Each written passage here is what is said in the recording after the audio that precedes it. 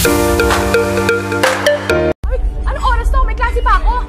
Hi, Ma'am Jervy. Ang ganda pala ng pangalan nyo. Ako na po ang gagawa ng coffee nyo. Wala pang 2 minutes. May abot ko na po sa inyo. May free pang cupcake. Okay lang po ba? Para ma-serve ko na rin po.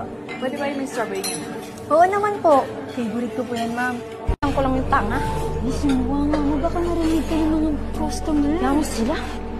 Oras na. Maaga pa. Once a week na minsan? O... Ba't interesado? lang? We're opening a new branch sa Katipunan.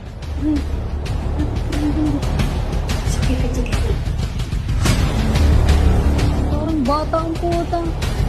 Ano naman ma-inlove ka na dyan? Magliliguan pa kayo nung oras na? May manager na sa bagong brand.